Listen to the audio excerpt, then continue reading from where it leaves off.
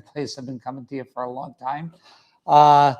Let's talk a little bit about Rythmia. By the way, it is glorious here. I have been in Panama for a week, and I just got back. I love Panama, but I love Costa Rica, and I know that once you get here, you're going to too. And we're coming into one of my favorite seasons. It's not a lot of people's favorites, but it's mine.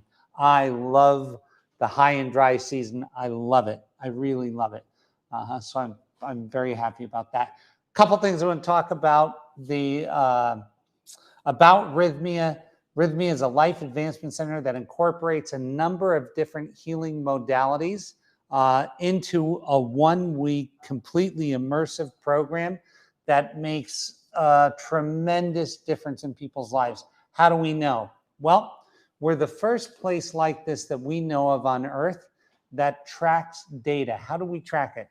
Well, we ask surveys throughout your stay, at the end of your stay, and after you go home.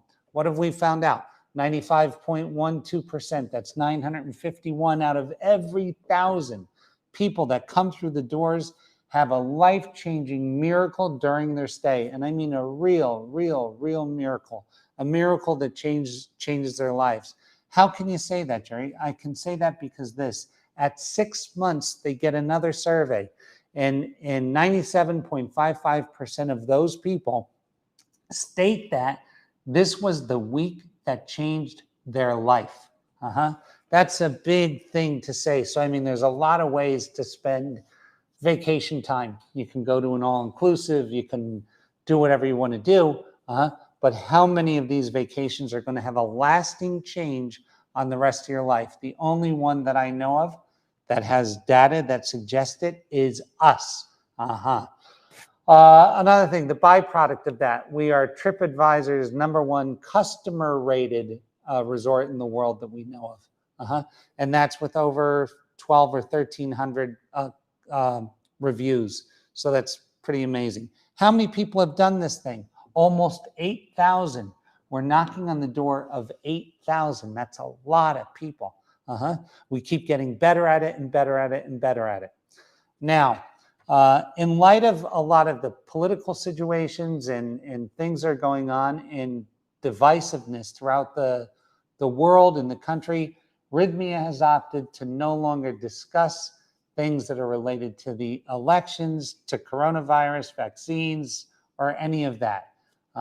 We just know that it is over and that a return to normal is right around the corner. And whatever that new normal is, we'll have to see. But what I do predict is the roaring 20s coming again in a very short time, meaning a period of economic expansion, of spiritual expansion, of just this beautiful return to commerce. And all of that is coming and coming quicker than most can imagine.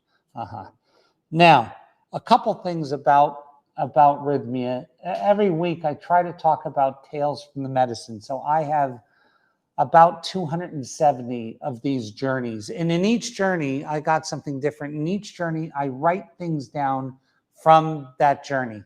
And I want to talk about something today. I want to talk about the merger. So what we believe in at Rythmia is this, that sometime between when we're conceived and about 6 years old, closer to 5, something happens in our life that splits us from our soul, which means that it's still in our aura, but it's separate from us for the most part. And then all addictions, all disease, and all disorders, all sadness are a yearning to put that back together. We at Rythmia orchestrate this merger. Once this merger occurs, you can do a lot of things. You can trust your heart. You can trust your intuition. You can trust your desires.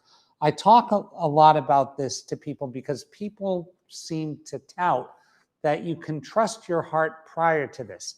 And I have great difficulty with that. And I want to tell you why.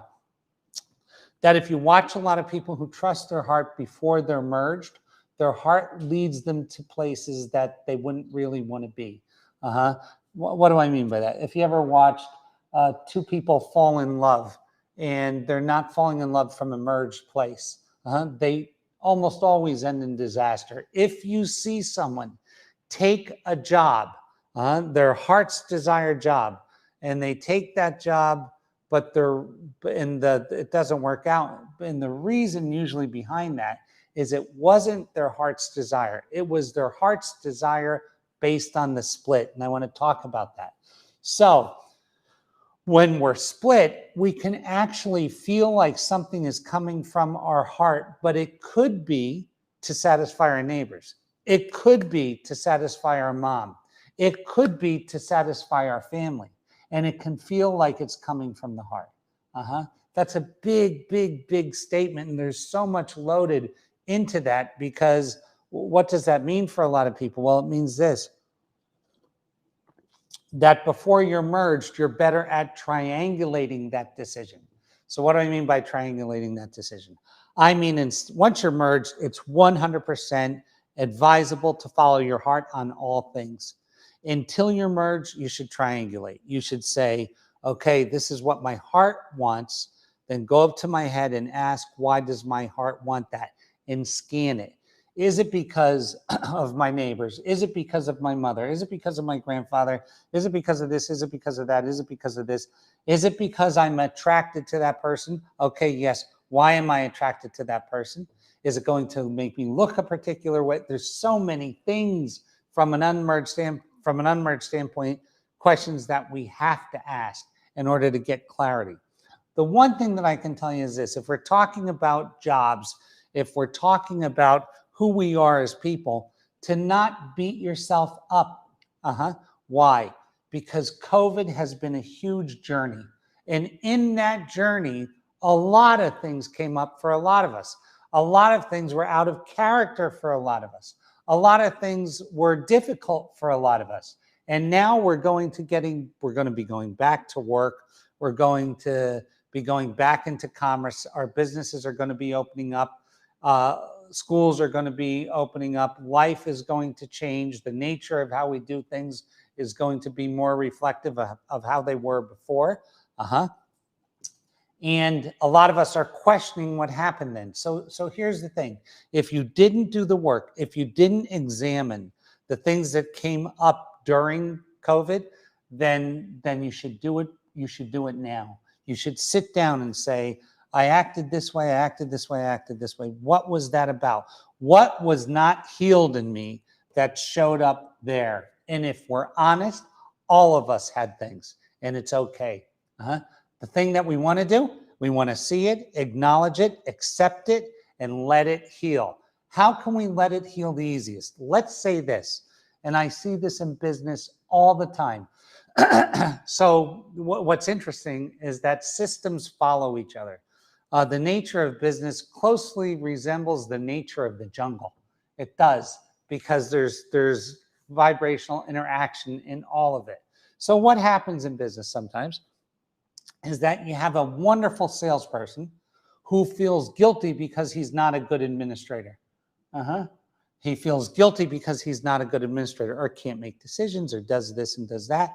And the first thing he wants to do is to accentuate the things where he's faulty and to focus on them and correct them. That is the wrong thing to do. In nature, it's not the right thing to do.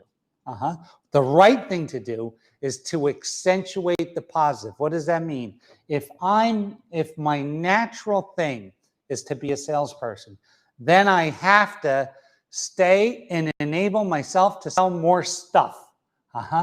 If I happen to be an accountant and I happen to be thinking in that manner and being very good at it and detailed in this and this, I can't be mad at myself because I'm not a good salesman. And that's what a village creates. So this is all going to come around. So the thing is this: in the stock market, one of the earliest sayings was this, hold on to your profit, cut your losses and let your profits run. That is the same thing that happens in nature. Do you think like a cheetah, or I think a cheetah is the fastest animal on earth, fastest land animal on earth. Do you think a cheetah thinks, you know what? I wish I could climb mountains better. No. If you're an antelope and you see a cheetah, you know you're screwed because that cheetah is coming and coming quicker than any other animal on earth. It doesn't stop and say, you know, maybe I should do this a different way. Maybe I should focus on my other strengths. I have a wonderful tail and a beautiful coat. That's not what the cheetah does. The cheetah says, this is who I am. This is what I'm going for. And that's what you have to do.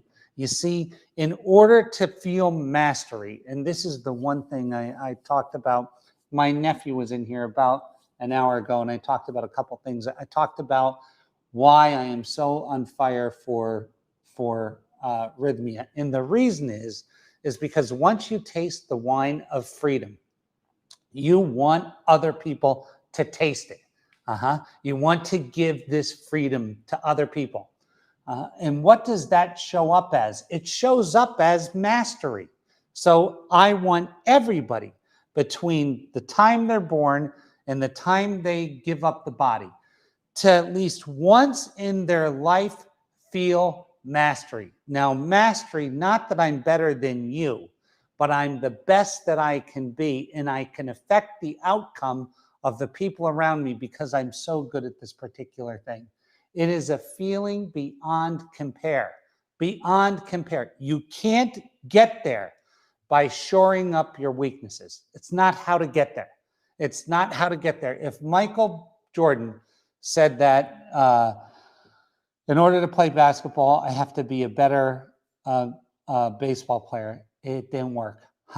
So this is what I'm going to show you. So the thing is, we all have this design that's in us. You can actually see it on the medicine. It looks like a computer grid to me. It's you can see it in Shipibo patterns, and that it looks like a grid, like a chip on a computer. We all have a design, and our design is something beyond our comprehension. We can't understand. And what I want to tell you to do, if you don't understand this, go look at ants. Just go take a look at ants, and watch how each one of them might be doing a different thing. They are designed different. And if you don't think we're an ant, the difference in size and complexity between us and an ant is nothing. Imagine being at the moon at stop 1 and looking down at us. You can't even see us. I don't think you can see us from, I've been in planes at 7 miles. I can't see people. That's just 7 miles. That's not 1 trillion miles. We are ants, and we all carry this different design. So what am I saying? Play to the strengths of your design. Don't waste a lot of time wondering why you're not a good accountant. Don't waste a lot of time wondering why you're not a good salesperson. Don't waste a lot of time wondering why you're not a good team leader. Don't waste a lot of time wondering why you're a good artist and you're not a good golfer. Don't waste that time. Play to your strengths. And when playing to your strengths, time disappears. You're no longer working, and you're just participating in your own design in the universe, and it feels great. Take a look at them. Take a look at the great ones. Take a look, watch Kelly Slater surf, watch Fred Astaire dance, watch Michael Jordan play basketball. Watch a great healer heal. Watch Taita Juanito serve medicine. There's a million people that are experiencing mastery, and they're doing it by harnessing their strengths. So you might be with a partner who's saying to you, hey, you know what? You're not enough at this. You know what you say to your partner? I understand that, but I wasn't designed to be.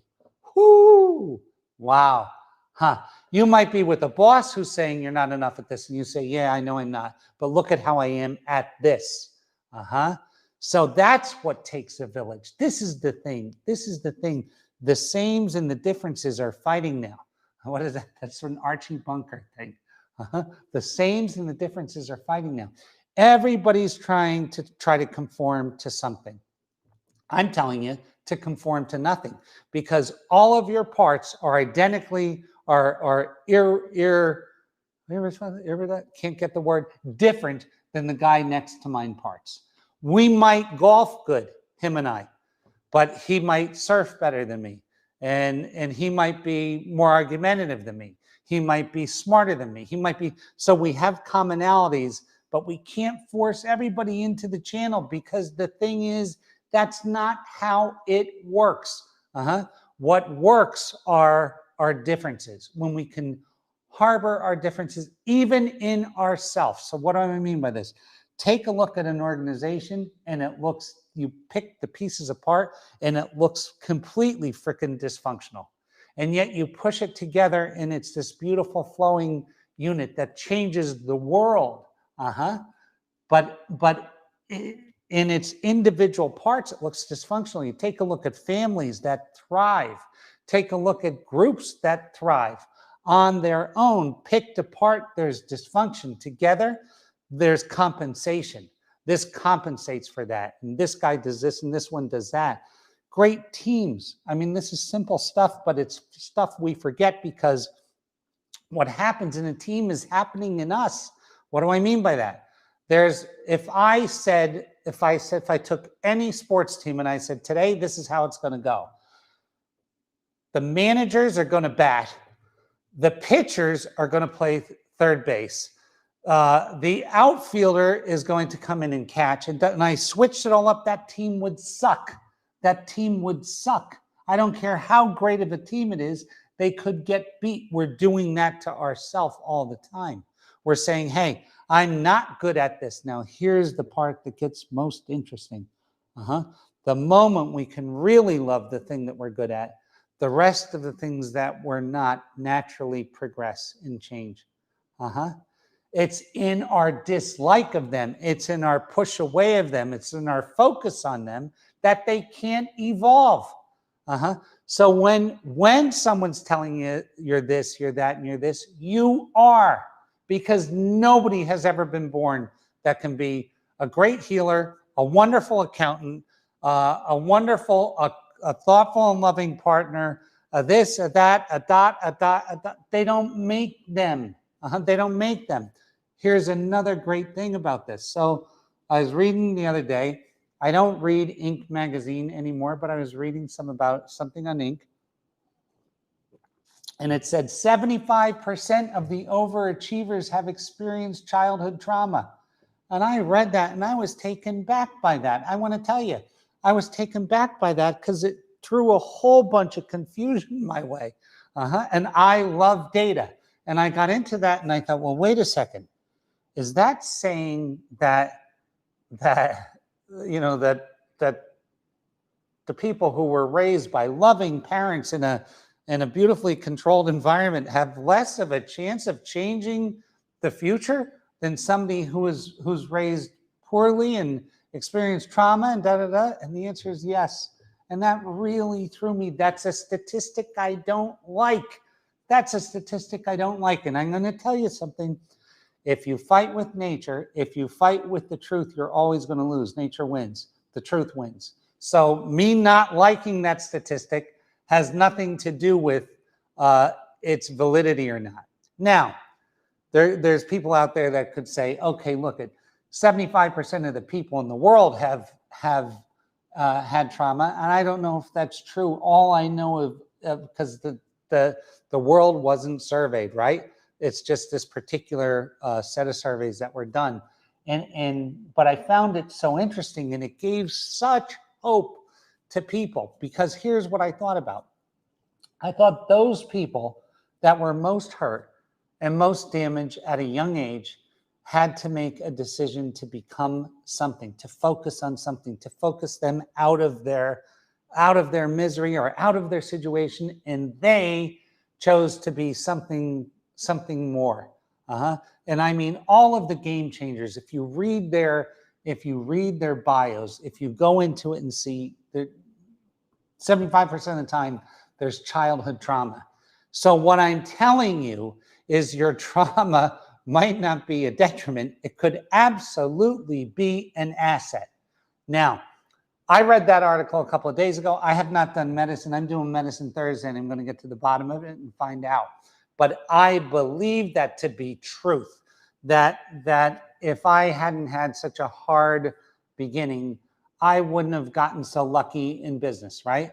If these people that I know that are the greatest of great in their thing, if they didn't struggle in the beginning, they wouldn't have this drive to become more. And what I'm going to tell you is, don't be upset at your drive.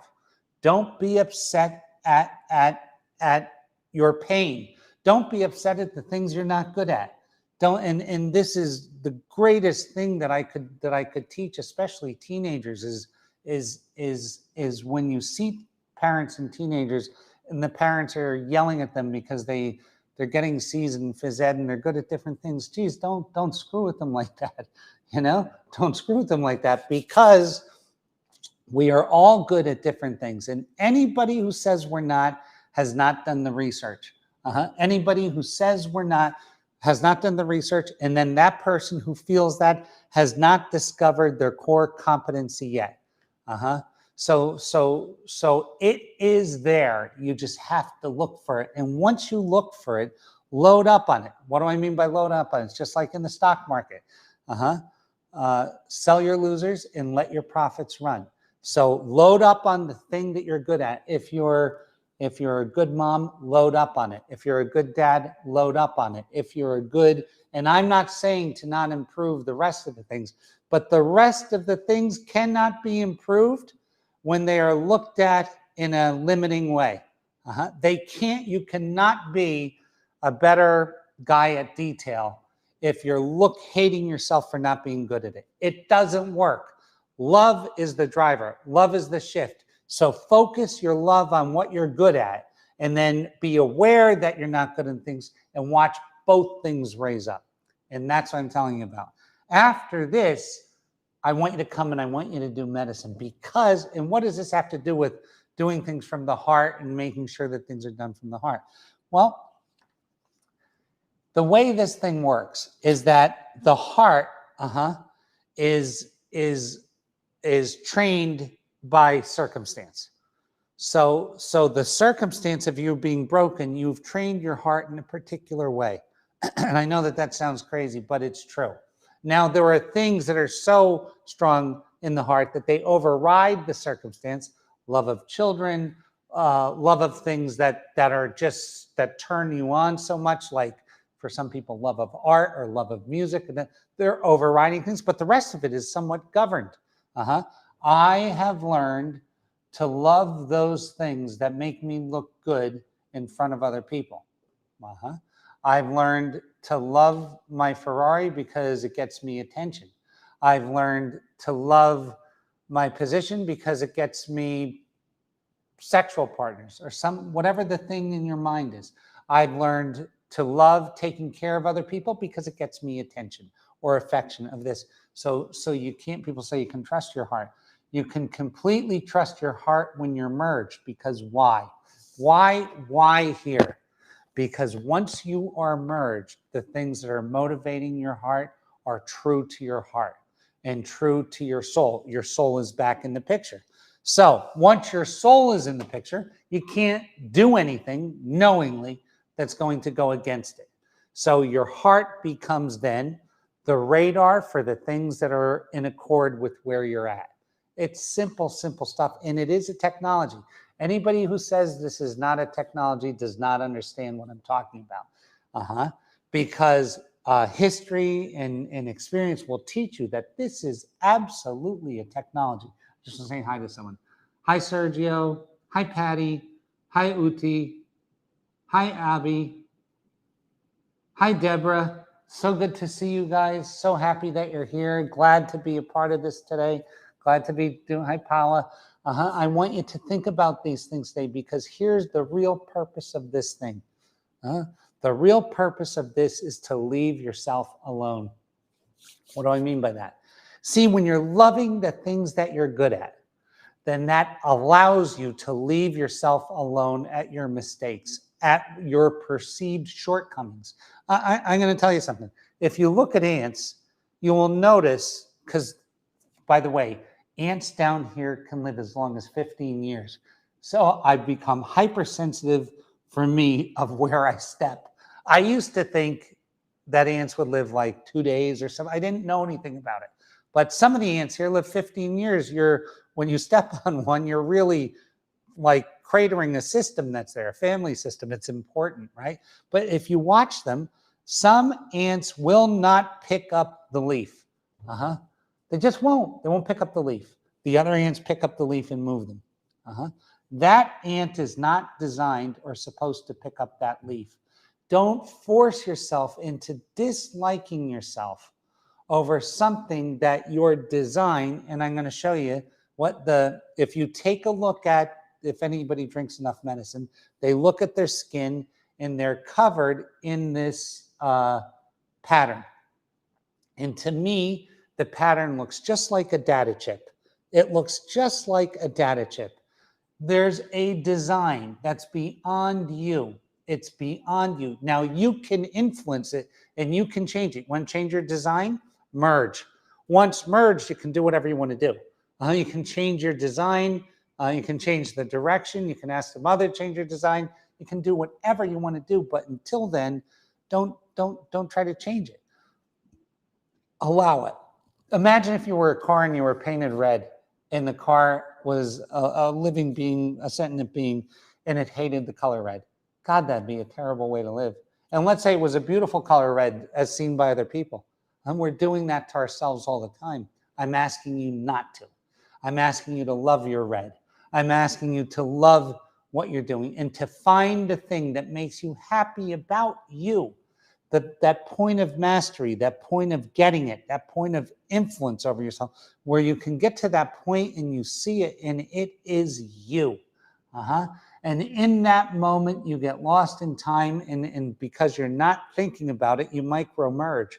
So that is where I'm trying to get you, to leave yourself alone and then come here and let us do work with you for a week. And I want to tell you a little bit about that. So during the pandemic, the center of the pandemic, there was no one here. And now we have people, more people and more people and more people. And 2021 is going to be super, super, super, super busy. When I tell you busy, busier than we've ever been. So please make it a point to put this in your calendar and to get here. I don't care if you've been here before. I don't care if you've never been here. Get here and have this happen again. Have this happen again. People say, well, what is it with the mergers? Well, the mother says there are 9 mergers that can happen 9 times, and each time it levels up. 1 is all you need. 70% of the people never come back here. They write us letters, they fill out surveys, their life is better, But some of us need contrast in order to feel content. And they come back and back and back. So I want you to come back, and I want you to get here, and I want you to taste the wine. I want you to taste the wine of freedom. I want you to taste the wine of mastery, and that you can do by coming here, and that is the truth. And when I say something, I don't say it without data backing it up. It is the absolute truth. So please come here. Do yourself a favor. Go to TripAdvisor and see what other people are saying that have been here before. Really check it out. Come and check it out and stay with us. I love you guys. We need you guys. We need to get more people who feel this way in the world. And we need to spread this feeling. So please, God keep you, God hold you, God bless you. Until next week, and we'll talk again then. Cheers.